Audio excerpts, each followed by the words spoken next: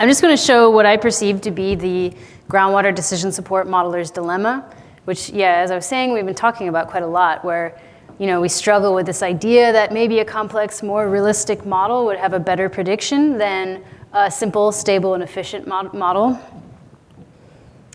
And the reason is that as you simplify your models, we incur more model error, which can arise from resolution error. It can arise from processes that are present in the real world system that's not in our model. It can arise from using lumped and distributed models, and it can arise from having inappropriate mathematical representations. And the consequence of this model error, as Kath was showing, is biased predictions. And so this is an example of that, where we have what we ideally want when we're doing data assimilation, which is this the, okay, perfect. We have our model, and we're representing all of the processes that are present in our data. And so we're extracting the maximum information from that data into our parameter receptacles, shown by these boxes here. So we have a nice sinusoidal signal, and then ideally, if we're doing our job right, we have just this white noise that's not going to impact our parameters too terribly much, and so we don't have biased predictions in this case. But in this example, what if we remove one of the processes that is present in our real world system but is no longer present in our model, say pumping in that case? Now we can't extract as much information from the data, and we're pushing more of that information into noise, and that is getting assimilated into the wrong parameters. And the consequence of this parameter compensation is compromised prediction, which is a big rut-row. So what if the assumptions implicit in the data assimilation approach determine the degree to which model error negatively impacts our model prediction? This is the sort of guiding question of this research. So the two data assimilation approaches that we're considering in this, the first is what we're going to call batch data assimilation. It's basically all of the data assimilation that's been presented thus far. It's also known as calibration, history matching. We run the model to completion. We assimilate all observations post hoc to estimate properties and stresses, or conceptual model in some cases too. Sequential data assimilation is the other DA tool that we use to consider this. And here we break up the model into cycles. We assimilate cycle-specific data, and we estimate model state, such as heads or concentrations, along with properties and stresses to advance that model through time. And this is most commonly seen with weather forecasting models, for example, or operational models. And the assumptions inherent in the first approach, batch DA, is that model structure is correct, and our only source of uncertainty is in our properties and stresses. For the second one, because we're estimating model state, it is therefore uncertain. And we propose that this model state uncertainty is actually a far more expansive and potentially appropriate receptacle for assimilating noise in our simpler models. And so that is the null hypothesis of this work. Model states are appropriate receptacles for assimilating noise from model error, and including them in the parameter estimation process might help protect against parameter compensation.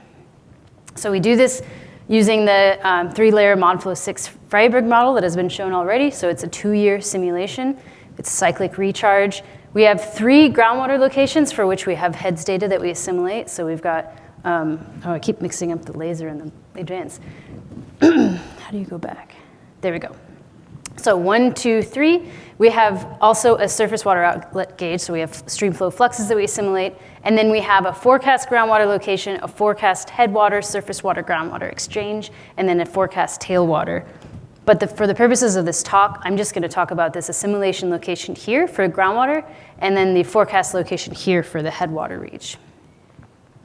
And so for the two DA algorithms, for the batch one, we use PEST ++ IES. It's the one everybody's familiar with, I hope, at this point. We have 3 ensemble iterations, which will be important later on in the talk. And then for the sequential algorithm, we use PEST ++ DA, which stands for data assimilation. And it operates, at least in the case of this experiment, we use the ensemble smoother, but you're just using it with specific cycles rather than the full simulation. So with that, you also specify the number of ensemble iterations. So in this case, we're just doing 1 ensemble iteration per cycle. And then we now have the 800 adjustable heads per cycle, which is the model state that we're estimating. And so for the temporal experimental setup, it's a 2-year simulation. We start with a steady state stress period here with pre-development pumping rates and average recharge. And then these are monthly stress periods, but we can also call them data assimilation cycles. So then the first year is the assimilation period. It's when we have all of the observations available for assimilating. And then the second year then is this forecast period. No data is assimilated in this period. And then because it wasn't complicated enough, we decided to add a well that comes online in stress period 12. So you can see pumping bumps up here and then stays at that rate. We wanted to see what this would do in terms of adding a non-stationary trend to the forecast data, or forecast simulated quantities. And then for the purposes of this talk, I'll just focus on the end of the assimilation period and then the end of the forecast period. And then we use the paired complex simple approach to evaluate model predictive bias. So as Kath had presented earlier, you take a complex model, you perform a Monte Carlo with it. For n complex truth models, you take the simulated quantities and you actually use those and assimilate them in a simpler model, but you also plot them here on the y-axis. And so you have one simple model per one complex model. And this was developed by Doherty back in the day. And the spread of points along this one-to-one line gives you uncertainty. The predictive bias then is the slope of these points here. So we extend this to an empirical paired complex simple approach. So instead of one-to-one, we now have an ensemble of simple models that we're calibrating to the truth model output, and this enables a probabilistic evaluation of predictive bias. So with this experimental setup, we wanted to look at what if model error only arises from resolution error. So in this case, the complex model is 3 layers. It's a daily stress period, and it has 83 meters horizontal resolution. The simple model then is 1 layer. It's a monthly stress period, and it's 250 meters horizontal resolution, so a factor of 3 coarser. And importantly, all properties and stresses are considered uncertain when we're assimilating the truth model outputs into the simple model. And so I'm going to present the results with the batch DA results on the left, and then the sequential on the right here, and then this will just guide us to where we are in the temporal process. And you'll notice that there's 2 sets of points on the sequential results, and that's because we're estimating that model state within each cycle. So you assimilate data in the cycle, you make an estimation, and then you simulate it again. So the gray would be what we say our prior or a 1 step ahead forecast here, and then the blue is posterior in both cases. And so you can see for this groundwater assimilation location, they both do pretty well. We have clustering along the one-to-one line. There is a slight collapse in that variance that we see in all of the sequential results. But then when we look at the end of the forecast period for this groundwater 1 simulation location, batch is still doing pretty good.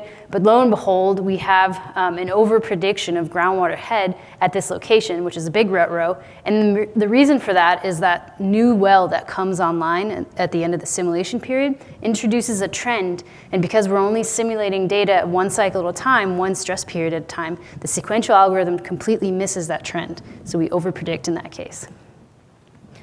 And then for the headwater forecast location, which is not assimilating any data for that, so it's a pure forecast, we see pretty good results for both of the algorithms here. And again, the 1 step ahead points also look pretty good for this location. But then again, we see that overestimation as a result of that non-stationary trend. So we have a Scooby there.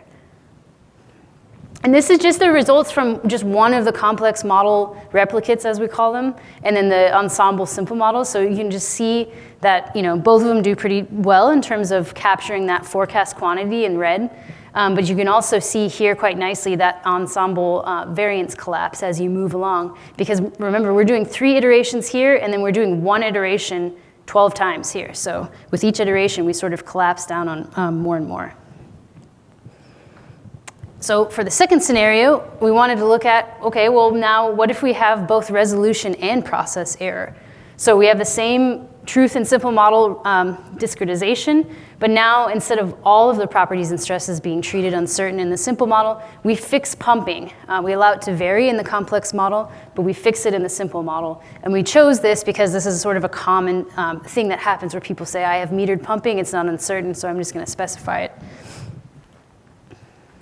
So again, we have the results here, and you can see that they're a little bit more degraded, and this is, this is introducing extra model error, right? And interestingly, both of them start to do pretty poorly at these lower groundwater levels, and this is because you could get that mainly in the complex model by having higher pumping, but because we're not allowed to adjust pumping in our model, we're having to assimilate that into other parameters, and it's sort of struggling at these lower groundwater levels. And then again, you see at the end of the forecast period, it's sort of enhanced. But now is when it gets interesting. So for that headwater forecast location, all of a sudden now the batch DA results are pretty bad. We have a clear bias in terms of the trend of or the slope of the ensemble results.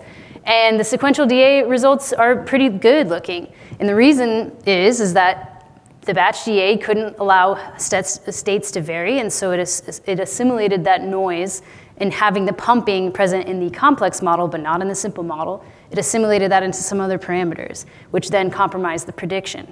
But because we had adjustable head states here, the head states were able to subsume this noise, and we have a pretty good prediction for the sequential DA.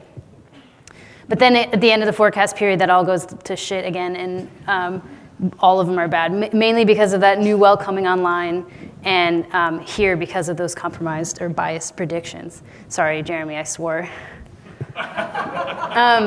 So this is just another, just to show the time series results where we see the batch DA just completely misses that forecasted simulated quantity. But sequential, because we can have those adjustable head states, subsumes that noise, and then we can move on our merry way. But we still have a lot of variance collapse that you can see there. So to get back to the null hypothesis, model states being appropriate receptacles and protecting against parameter compensation, how do we do?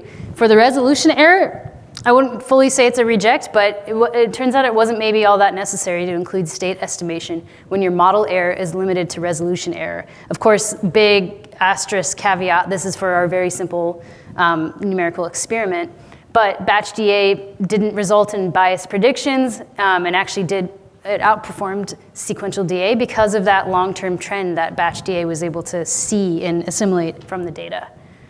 In the second scenario, we did actually see that the process error from fixing pumping did lead to parameter compensation and then poor predictions at that headwater location. And then the adjustable heads subsumed this noise with the sequential DA. And some other takeaways along the way. We did see variance collapse when using sequential DA with this many cycles and iterations. And one solution to this, which actually would solve the second point too, is that you could just expand that window a little bit and not have as many iterations. We've also talked about using maybe just one iteration at the start of a model run just to get us where we should be in that initial condition, and then use IES for the rest of it. And you can mix and match them, which is cool. And then the limited cycle length of this sequential DA means that the medium and long-term forecast miss the trends. And finally, something that was really positive that came from this is that the one-step ahead forecast looked good despite model error scenario in both the assimilation and forecast location. So this has implications for water management, operational groundwater modeling, things like that. So to get back to the groundwater modeler's dilemma, I think we can all agree that it's a myth that more complex is a better prediction. But I don't think we're there yet in terms of how simple is simple and how do we actually go simple without having biased predictions. And so I think that we obviously need to continue investing in research and tools that allow us to support this prediction conscious modeling. And to that end, Intera has definitely put its money where its mouth is, and they've invested in my time to be able to do this work with Jeremy. If you're interested in it, we have it published here, but you can also access the GitHub repo of the full workflow. So thank you.